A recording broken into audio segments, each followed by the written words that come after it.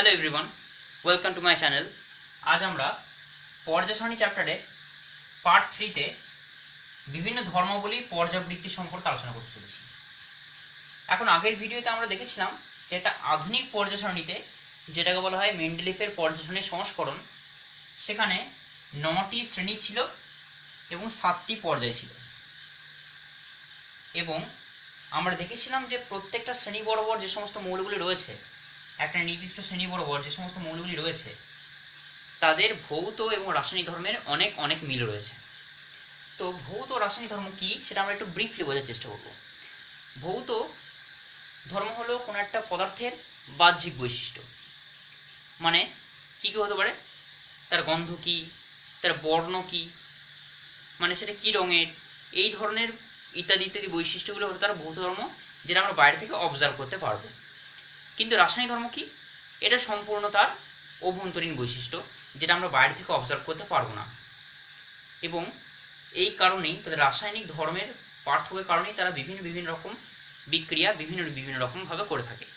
তো একটা নির্দিষ্ট শ্রেণী বরাবর দেখেছিলাম যে তাদের ভৌত রাসায়নিক ধর্মের মধ্যে অনেক অনেক মিল রয়েছে।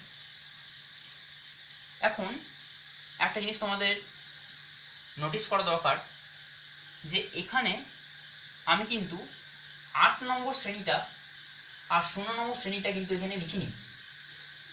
আবার আমরা দেখেছিলাম যে প্রত্যেকটা শ্রেণী 1 থেকে 7 পর্যন্ত দুটি করে উপশ্রেণীতে ভাগ করা হয়েছিল, এ এবং বি।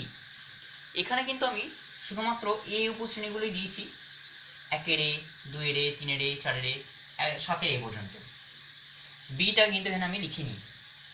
তাহলে বিটাকে লিখছি না, 8 নম্বরটা লিখছি না, 0 নম্বর শ্রেণী লিখছি না, এইগুলোর কারণটা কি?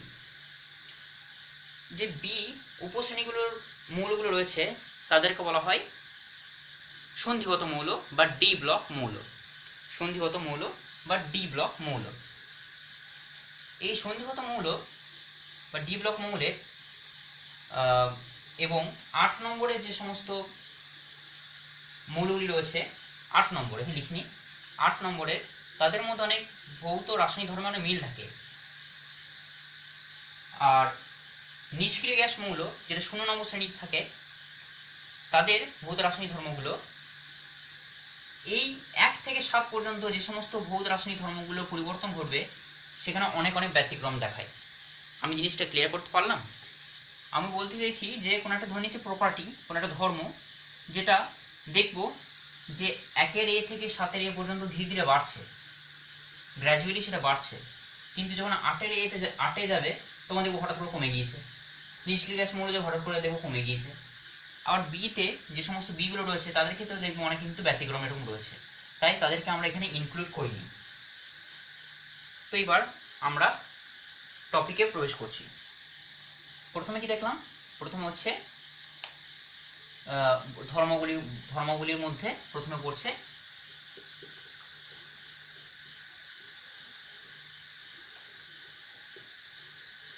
পারমাণবিক ব্যাসার্ধ। পারমাণবিক ব্যাসার্ধ এটা কি? পারমাণবিক ব্যাসার্ধ কি?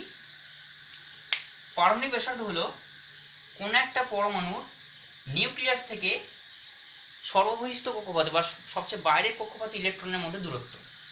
আমি বলতে চাইছি এই ব্যাপারটা, যে ধরে নিচ্ছি একটা পরমাণু, যেটা নিউক্লিয়াস, এবং প্রথম কক্ষপথে কত ইলেকট্রন থাকবে? দুটো। তারপরে ধরে নিচ্ছি 1 ইলেকট্রন আছে, ধরে নিচ্ছি 1 ইলেকট্রন আছে। এবার এই পরমাণুর ক্ষেত্রে এটা নিউক্লিয়াস থেকে সর্ববহিস্থ কক্ষপথে ইলেকট্রনের মধ্যে দূরত্ব এইটুকু, একে আমি বলছি তার পারমাণবিক ব্যাসার্ধ। এটা হচ্ছে তার পারমাণবিক ব্যাসার্ধ।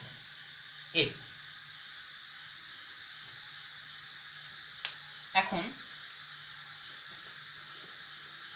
যখন আমি প্রত্যেকটা পর্যায় বরাবর যখন নিচের দিকে আসবো, মানে ওপর দিক থেকে নিচের দিকে গেলে দেখতে পাবো যে প্রত্যেকটা পরমাণুর বাইরে কক্ষপথে 1 করে ইলেকট্রন নতুন করে যুক্ত হচ্ছে। একদম প্রথমে হাইড্রোজেন আছে, ওটা নিয়ে আলোচনা করি এটা বোঝার জন্য। হাইড্রোজেন ওর বাইরে কক্ষপথে কটা ইলেকট্রন আছে? 1টা ইলেকট্রন আছে। এবার যখন আমি এর ঠিক নিচে আছে লিথিয়াম, লিথিয়ামে যখন যাব তখন দেখব যেহেতু তার পারমাণবিক সংখ্যা 3, মানেই তার ইলেকট্রন সংখ্যা 3, প্রোটন সংখ্যাও 3, তাই এর প্রথম কক্ষপথে 2 ইলেকট্রন থাকলো আর তার কক্ষপথে 1 ইলেকট্রন থাকলো। কি দেখতে পাচ্ছি না, উপর দিক থেকে নিচের দিকে গেলে একটা করে নতুন কক্ষপথ বাড়ছে, একটা করে নতুন কক্ষপথ বাড়লো। আবার যদি এই নিচে আছে সোডিয়াম, সোডিয়ামে যদি দেখি তখন কি হবে, প্রথম কক্ষপথ 2টা থাকবে, তারপরে 8টা থাকবে, তারপরে 1টা ইলেকট্রন থাকবে। প্রত্যেকটা ক্ষেত্রে আমি যখন নির্দিষ্ট শ্রেণী বরাবর উপর দিকে নিচে দিয়ে যাব, ধীরে ধীরে একটা করে নতুন কক্ষপথ যুক্ত হওয়ায় তাদের পারমাণবিক ব্যাসার্ধটাও বাড়ছে। এই পারমাণবিক ব্যাসার্ধ এতটা এখানে ছিল, এখন এটা বেড়ে গেছে, আবার এখানে আরও বেড়ে গেছে। তো উপর দিক থেকে নিচে দিকে গেলে কি হয়, কোনো একটা পর্যায় সারণীর পারমাণবিক ব্যাসার্ধ ধীরে ধীরে বাড়বে।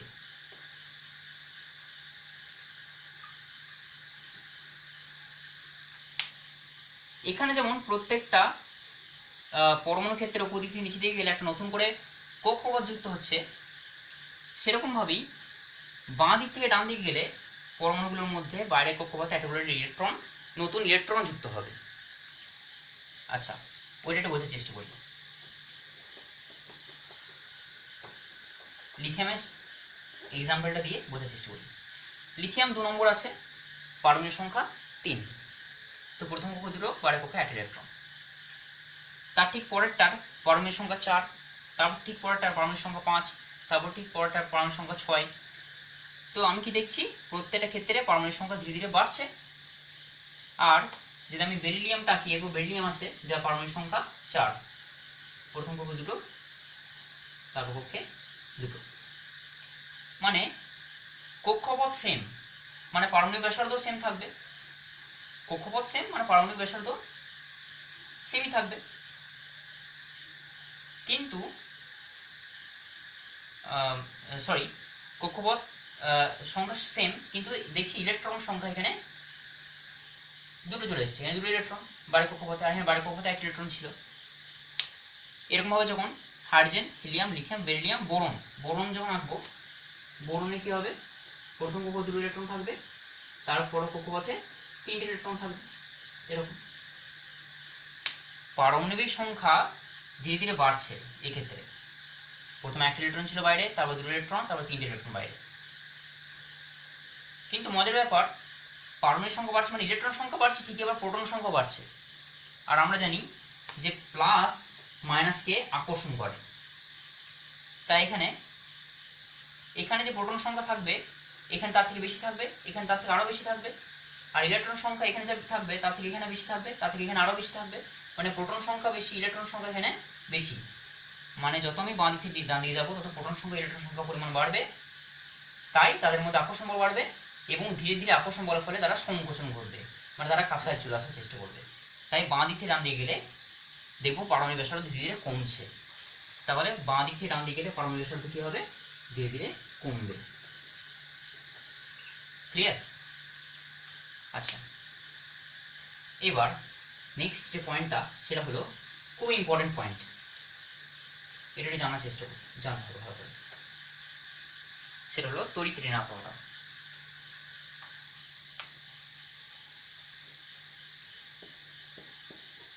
তড়িৎ ঋণাত্মকতা, এটা খুব ভালোভাবে বুঝতে হবে।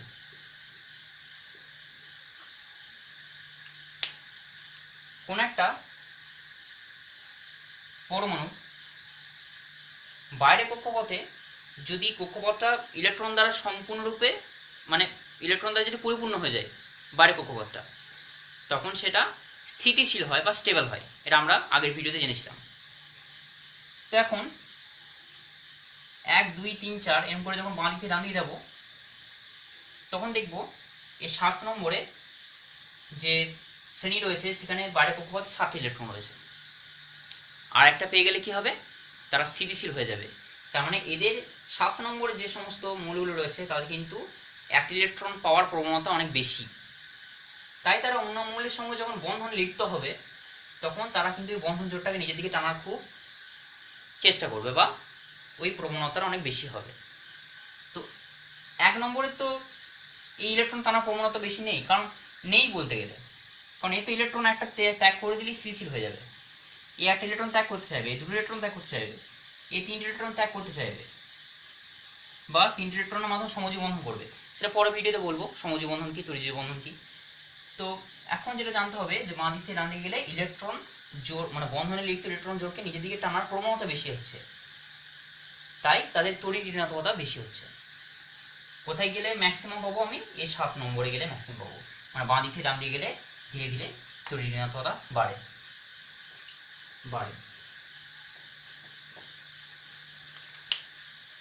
এবার উপর দিক থেকে নিচে দিকে গেলে আমরা দেখছিলাম যে কক্ষপথ একটা করে নতুন যুক্ত হচ্ছিল। তাহলে 7 নম্বর প্রথম আছে আমার ফ্লুরিন, ওটা একটু রাখি।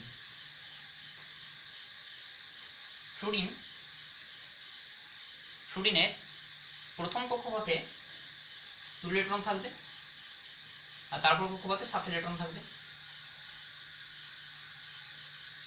এবার যখন আমি তার পরের টাই, মানে তার ঠিক নিচের টাই ক্লোরিন আছে, ক্লোরিনটা যদি আঁকবো, তখন প্রথম কক্ষপথে 2, তারপর কক্ষপথে 8টা,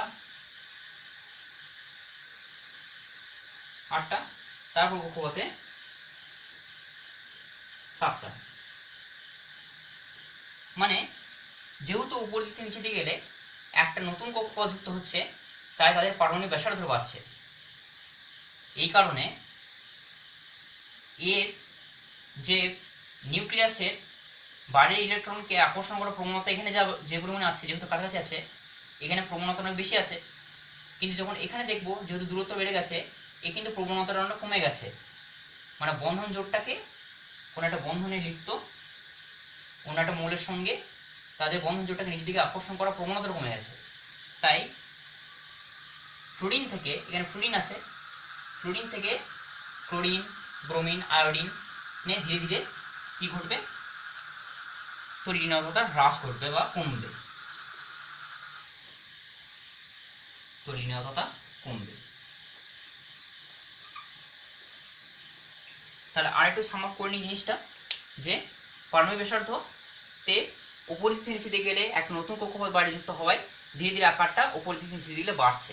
আবার যেহেতু একটা নির্দিষ্ট পর্যায় বরাবর তাদের বাইরে একই সংখ্যক ইলেকট্রন মানে একই সংখ্যক কক্ষপথ থাকছে, কিন্তু ইলেকট্রন সংখ্যা বাঁ দিক থেকে ডান দিকে গেলে বাড়ছে, আবার প্রোটন সংখ্যা বাড়ছে, আকর্ষণ বলটা বাড়ছে, তাই সংকোচন হচ্ছে, এই কারণে পারমাণবিক ব্যাসার্ধ কমছে। আবার তড়িৎ ঋণাত্মকতা থেকে দেখলাম যে বাইরের কক্ষপথে মানে এক ইলেকট্রন পেয়ে গেলে স্থিতিশীল হয়ে যাচ্ছে, তাই তারা বন্ধন জুড়ে যখন বন্ধনের কোনো মৌলের সঙ্গে যখন বন্ধনে লিপ্ত হচ্ছে, তখন সে বন্ধন জোটটাকে নিজের দিকে আকর্ষণ করার প্রবণতা বাড়ছে, যেটা ফ্লুরিনের ক্ষেত্রে ম্যাক্সিমাম, ফ্লুরিনের ক্ষেত্রে সবচেয়ে বেশি তড়িৎ ঋণাত্মকতা। তারপর ক্লোরিন, তারপরে ব্রোমিন, আয়োডিন নিয়ে ধীরে ধীরে তড়িৎ ঋণাত্মকতা উপর দিক থেকে নিচে দিকে গেলে কমছে। এবার পরের ভিডিওতে আর কয়েকটি প্রপার্টি আছে যেগুলো আমরা আলোচনা করব। কি কি? আয়নন বিভব, ধাতব ধর্ম, অধাতব ধর্ম, জারণ ক্ষমতা আর বিজারণ ক্ষমতা।